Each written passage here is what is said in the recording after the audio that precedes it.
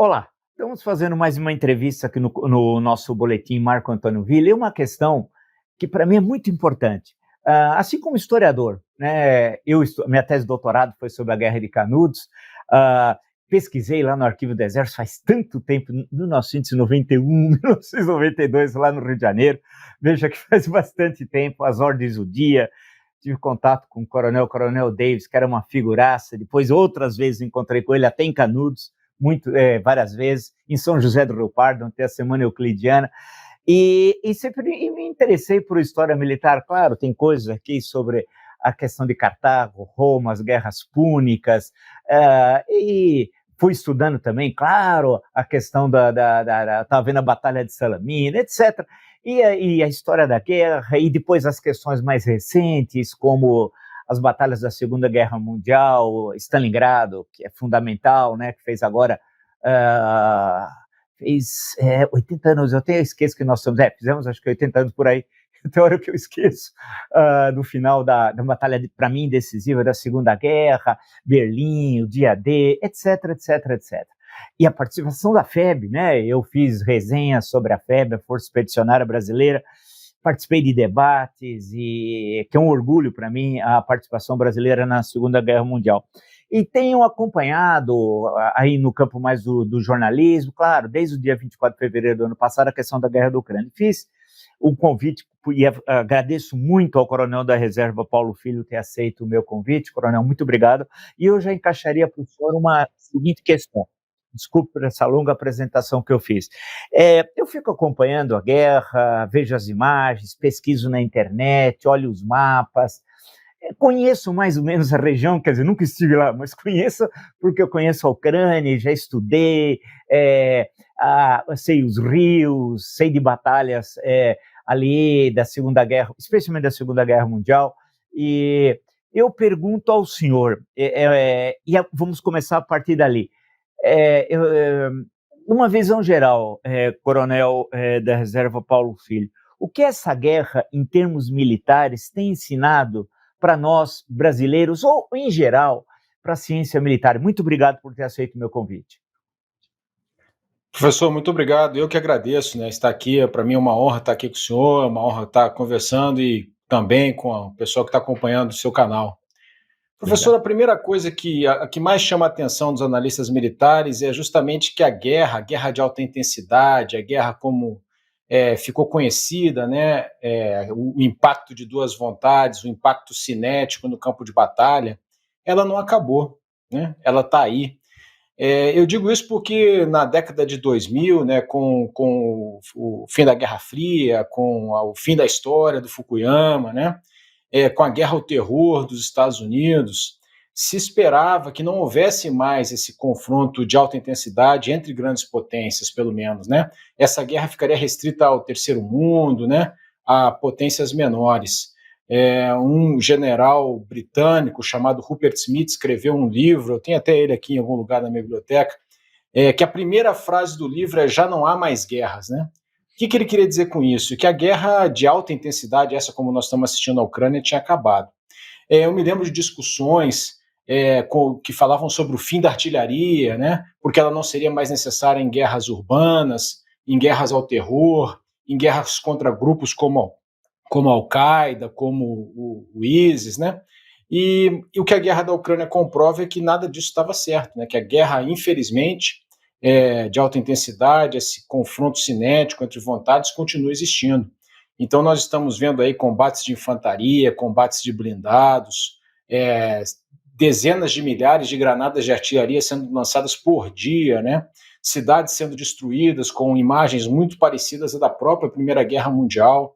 A Rússia agora construiu mais de 1.000 quilômetros de trincheiras, áreas minadas, né, de centenas de quilômetros quadrados de áreas minadas, né? Então, o que mais chama a atenção dos historiadores, né, é uma frase que a gente usa muito, professor, o senhor já deve ter ouvido, né? Lembrai-vos da guerra. A guerra, ela está aí, existe, e num futuro que a gente pode observar ou prever, né, ela infelizmente ainda vai estar entre nós aqui no planeta Terra. Eu conversando com o embaixador Rubens Recupero no meu canal, ele disse uma questão importante, o coronel Paulo Filho, disse o seguinte, e correto, olha, com todos os nossos vizinhos aqui da América do Sul, quem acompanha o nosso canal sabe, acho que desde da segunda série do ginásio, quando eu fiz, quais os 2 países que não fazem fronteira com o Brasil da América do Sul? Chile, Equador. Bem, então, excetuando esses 2, todos os países que nós fazemos fronteira aqui na América do Sul, nós não estamos em guerra há 153 anos. E eu falei, é verdade, embaixador, desde março de 1870, né, com a Batalha de Cerro Corá, que muitos não sabem, porque a Guerra do Paraguai ela está marcada em todas as cidades brasileiras, né, Humaitá, Riachuelo, Cerro Corá, e ninguém consegue associar a Guerra do Paraguai. Bem, mas há 153 anos nós estamos no nosso aqui continente, vamos chamar subcontinente, sem nenhuma guerra. Claro que nós participamos, por exemplo, com a febre na Segunda Guerra Mundial, mas eu pergunto ao senhor, essa guerra de alta intensidade, como o senhor disse, continua existindo, ao contrário do que se imaginava. O que isso representa para nós, Brasil, Exército em especial, ou Forças Armadas, se assim preferir, no sentido mais amplo, no Hemisfério Sul, aqui na América do Sul, tendo em vista que nós somos um país de ampla extensão, um país continental. O que significa para nós? Qual é o aprendizado para nós aqui? Professor, o aprendizado é que a gente tem que, embora a gente esteja a 153, né, como o senhor falou, anos, sem entrar em combate, nós, o Exército Brasileiro, né, nós temos que lembrar que em outros países aqui da América do Sul, recentemente, nós tivemos um enfrentamento entre o Peru e o Equador, né, mas nós, Brasil, não estamos em combate, felizmente. Mas o senhor tem que se manter permanentemente preparado, né? Professor, eu estava com o computador ligado ano passado, no dia 24 de fevereiro do ano passado, acompanhando, né, o desenrolar da crise lá na Ucrânia. Ainda muitas pessoas duvidavam que poderia haver uma guerra, né? Quando a guerra começou. E eu estava com o LinkedIn aberto e o general Alphonse Mais ele é comandante do exército alemão. Se o senhor procurar no LinkedIn, o senhor vai encontrar um desabafo que ele escreveu, né? E aquilo me impactou tanto que eu decorei o que ele escreveu. Ele falou o seguinte: eu, que tenho a honra de comandar o exército alemão, tenho que dizer nesse momento de crise, né, que o exército alemão não tem as ferramentas necessárias para oferecer ao Estado alemão para fazer face às ameaças que se impõem. Ora, a Alemanha, professor, o senhor sabe muito melhor do que eu, né, após a Segunda Guerra Mundial, ela entrou numa corrente pacifista, correta, né? Tentou se aproximar da Rússia. Nós vemos os dois gasodutos que agora estão no fundo do mar explodidos, né, o Nord Stream 1 e o Nord Stream 2. A Alemanha, na verdade, não acreditava mais que ela ia entrar em combate, né? A percentual do PIB que a Alemanha investiu em defesa foi um percentual ínfimo, né? Então, veja bem, a Alemanha, um país poderosíssimo, abriu mão de capacidades militares que agora, pelas palavras do seu comandante, fazem falta. Voltando para o ambiente sul-americano, professor, o que essa guerra nos lembra é que, felizmente, nós não temos nenhuma visualização de conflito na América do Sul, né? Felizmente, mas as coisas podem mudar. A política internacional, as coisas podem mudar de uma hora para outra. E o senhor construir capacidades militares leva muito tempo. Se a gente encomendar hoje, né, se o Brasil tivesse todo o dinheiro do mundo e encomendasse, por exemplo, carros de combate moderníssimos, nós só iríamos receber eles daqui a 2 anos, 2 anos e meio, 3 anos. Munições de artilharia, a mesma coisa. Então, o senhor criar capacidade militar é uma tarefa muito difícil, que leva muito tempo, treinamento, equipamento, né? Então, a gente não pode abrir mão das capacidades que a gente já tem, e a gente tem que lutar o tempo todo como militares profissionais para aumentar as nossas capacidades. E a lembrança que a guerra dá, não só ao Brasil, mas a todos os países que têm exércitos profissionais, né, essa, que o nosso dever como militares profissionais é estarmos sempre permanentemente preparados, né? Um exército, como já disse Rui Barbosa, pode passar 100 anos sem ser empregado, mas não pode passar 1 minuto sem estar preparado. Perfeito. Nós já voltaremos ao Brasil, mas eu queria agora colocar uma questão para o senhor. Quando a guerra começou, estava para começar naquele mês de fevereiro do ano passado, lembrando das minhas velhas leituras, inclusive, eu tenho aqui um livro Moscou e Stalingrado, feito ainda pela editorial Progresso de Moscou, na época ainda da União Soviética, tem um relato dos generais da antiga União Soviética, que deixou de existir no Natal de 1991, já faz tanto tempo. Quem diria que acabaria daquela forma? Também ninguém. Eu estava conversando com uns amigos, que se alguém em 1980 falasse isso, ia dizer que a pessoa era doida, mostrando o que o senhor está dizendo, são as surpresas, precisamos estar preparados para a surpresa.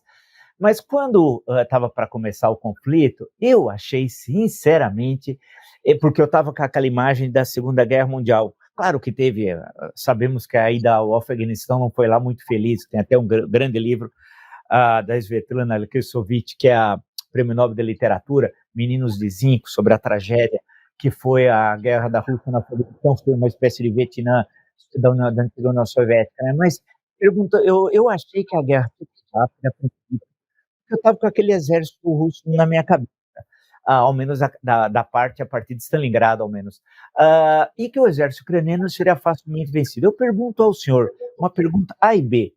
1, surpreendeu a resistência ucraniana? 2, surpreendeu ao senhor que o exército russo, não sei se, sou eu dizendo, não tinha a eficácia que muitos imaginavam que ele tinha? Professor, eu respondo as duas perguntas com sim. Sim para A e sim para B. Em primeiro lugar, a resiliência, né, do exército ucraniano surpreendeu. Mas mais ainda do que a resiliência do exército ucraniano, a resiliência do líder político, do presidente Zelensky. O presidente Zelensky era um líder inexperiente, um ator, né, um humorista, né, no seu primeiro mandato. Muitos esperavam, a própria Rússia, por todas as informações que eu tenho lido, né, esperava que imediatamente após o ataque ele fugisse. Isso foi oferecido para ele, né, que ele fugisse. E o presidente Zelensky, de uma maneira muito surpreendente, falou que o avião que estava indo buscá-lo, que não era para buscá-lo, era para levar munição, né?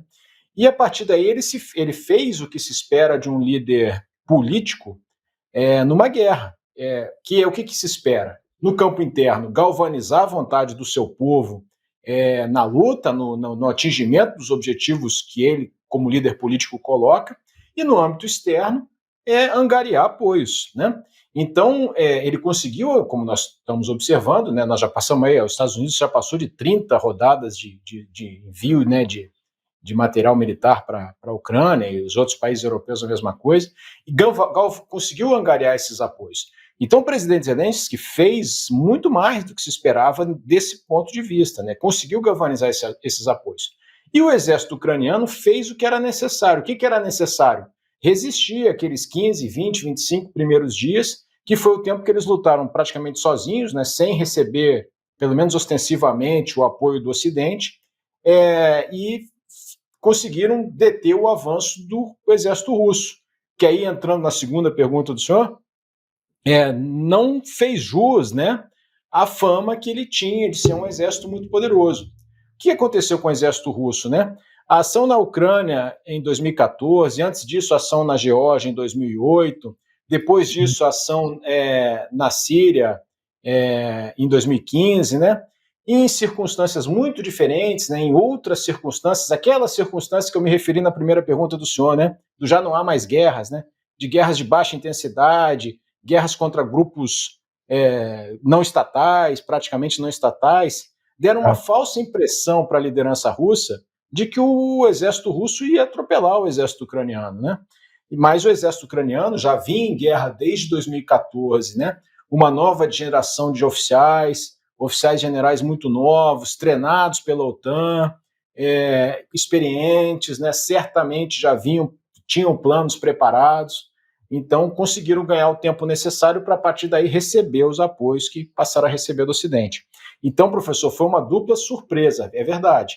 Tanto a grande eficiência e eficácia do exército ucraniano, mas aí eu destaco a liderança do presidente do presidente Zelensky, e também, por outro lado, muitos erros do exército russo, né? Erros de avaliação de inteligência, erros na logística, a própria configuração das forças com aqueles grupos táticos de batalhão, que é uma coisa que não deu certo, eles já mudaram, uma falta de unidade de comando, o senhor tinha 4 eixos de ataque, né? Cada um deles com um líder diferente, os 4 se reportando direto ao presidente Putin, não tinha um cara que que liderasse dentro do teatro de operações, então faltava o que a gente chama no Exército de unidade de comando, uma série de erros, professor, que realmente decepcionaram do ponto de vista militar, né, do ponto de vista do estudo das estratégias e das táticas militares, o desempenho do exército russo realmente deixou a desejar.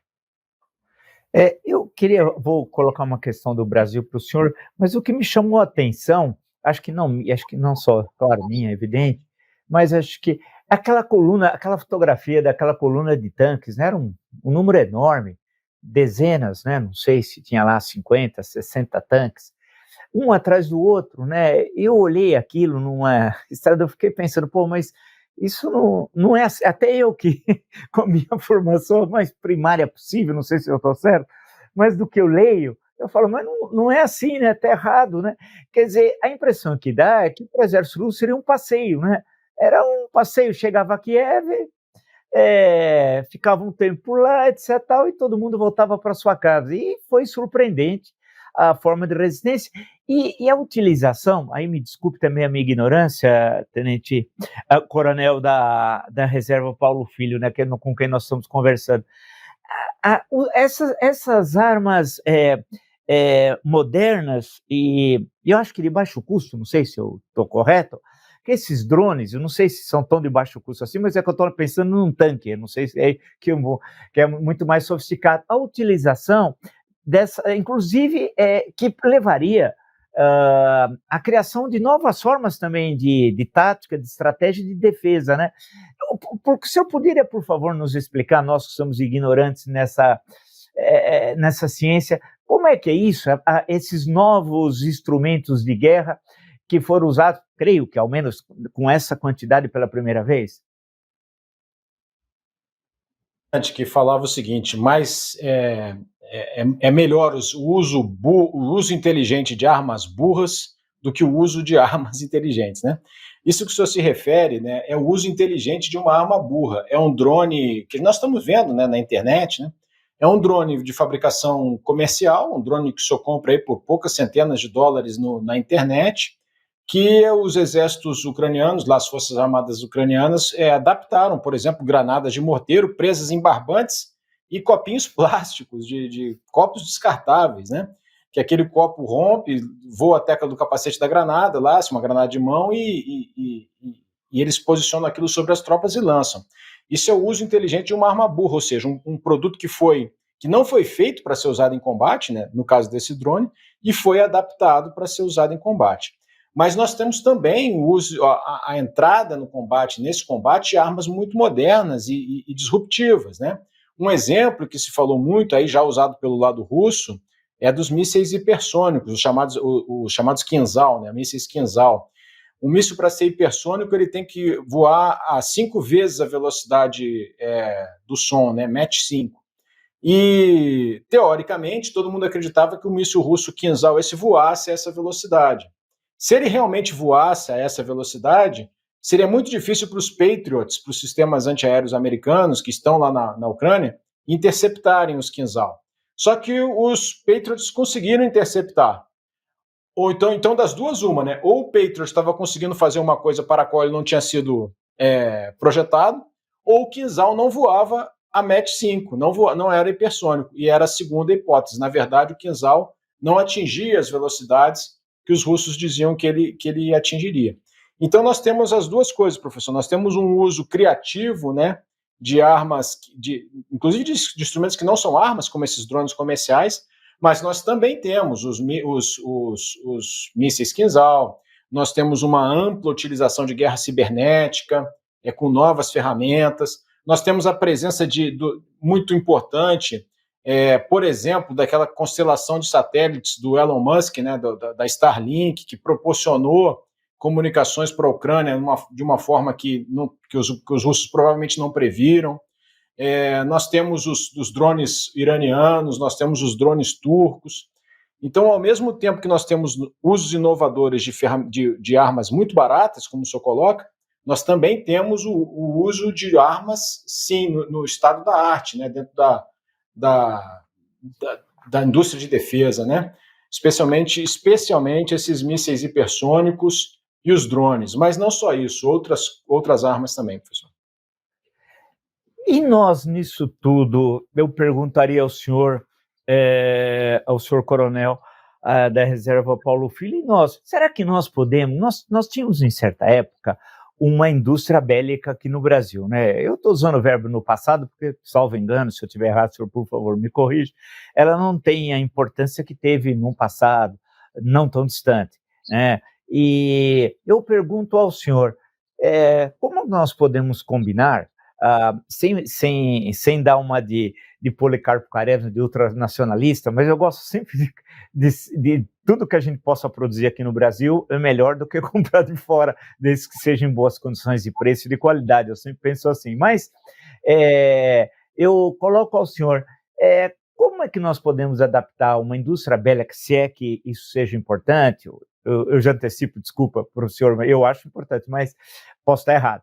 À frente a essa incrível modernidade e essa combinação, né, de armas tão sofisticadas com armas aparentemente, entre aspas, primárias, mas que têm uma grande eficácia, como o caso dos drones que o senhor explicou. Professor, eu concordo com o senhor, né? Um país, para ser soberano, ele tem que ter uma indústria bélica mínima, né? Que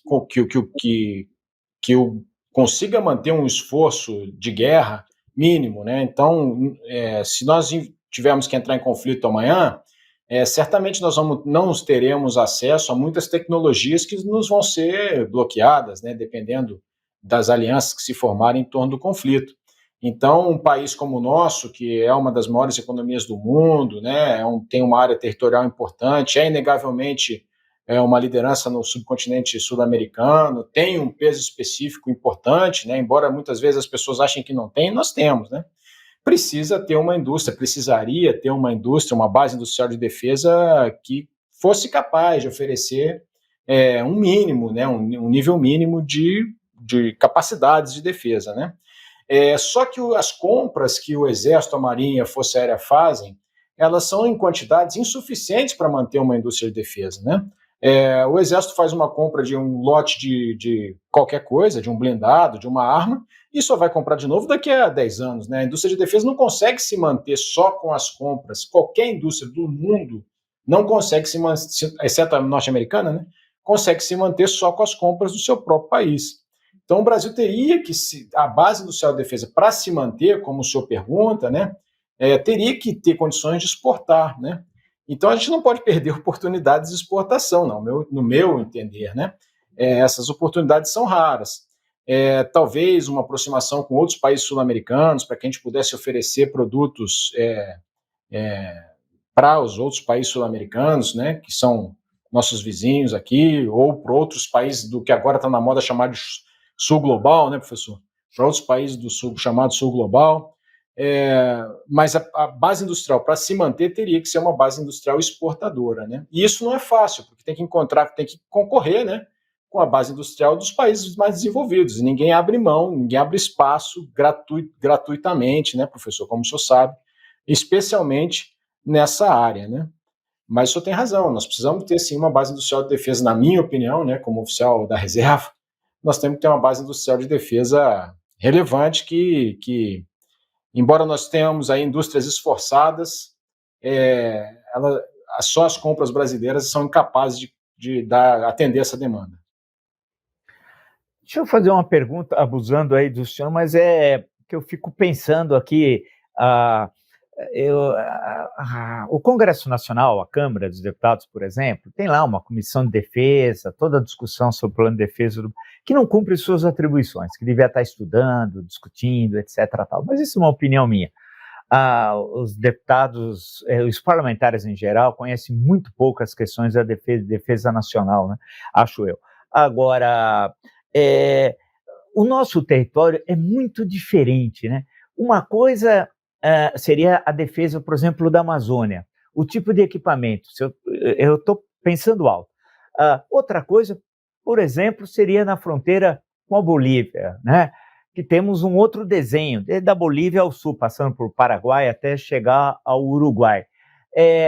Como combinar, assim, nós temos equipamentos necessariamente teriam de ser variados, tendo em vista que o teatro onde esses equipamentos vão estar presentes são muito, muito distintos, né?